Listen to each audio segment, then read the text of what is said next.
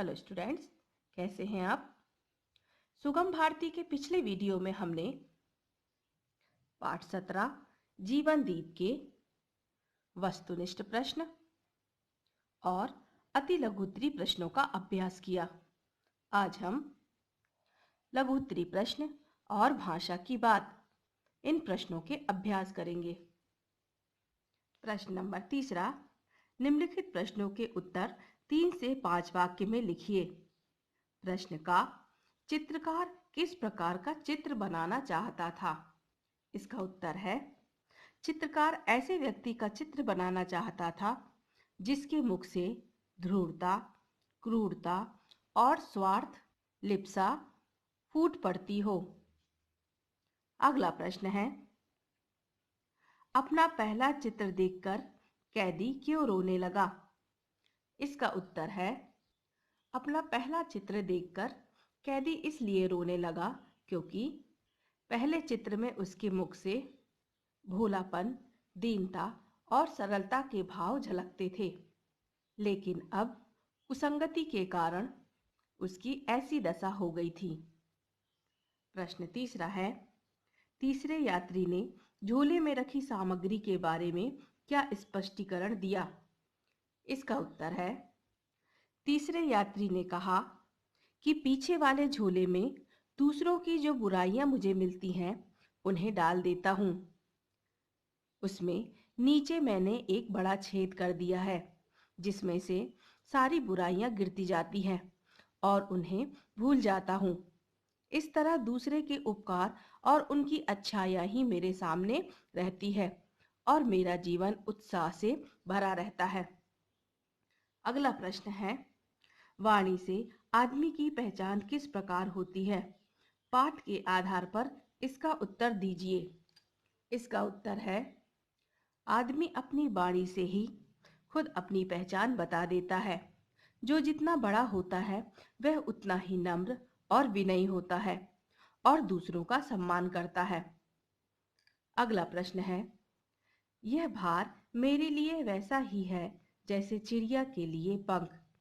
इस कथन में कौन सा भाव झलकता है? जिस प्रकार तीसरे यात्री के आगे का झोला काफी भारी है, उसमें दूसरों के गुण और उपकार और भलाइयां भरी हुई थीं, जबकि पीछे का झोला हल्का था। तीसरे यात्री के अनुसार यह भार मेरे लिए वैसा ही है जैसे चिड़िया के पंख। इस कथन में उत्साह और प्रसन्नता के भाव झलकते हैं। भाषा की बात का प्रश्न 4 है, नीचे दिए गए शब्दों के शुद्ध उच्चारण कीजिए। मेरे साथ दोहराएं। विक्रय, क्रूरता, वाणी, चित्र, गुण। प्रश्न नंबर 5 है, निम्नलिखित शब्दों की वर्तनी शुद्ध कीजिए। अशुद्ध वर्तनी है प्रतिया, अभिप्राय, आश्चर्य, कुसंगति, कुटुंबियों, अच्छाइयाँ।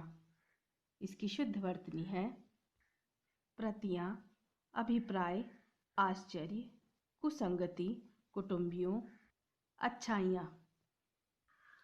अगला प्रश्न है, पाठ में आई लोकोक्तियों का अर्थ बताते हुए नए वाक्य बनाइए। अब पछताए होत क्या जब चिड़िया चुग गई खेत। इसका अर्थ है, अवसर चूकने के बाद पछताने से कोई लाभ नहीं होता। अगला है, जाके पाँव न फटी बिबाई, सो क्या जाने पीर पराई। इसका अर्थ है, कष्ट सहन करने वाले ही दूसरों के कष्ट का अनुभव कर सकते हैं, अन्य कोई नहीं। अगला है, तुम डार डार हम पात पात। इसका अर्थ है, किसी की चाल का जवाब देना।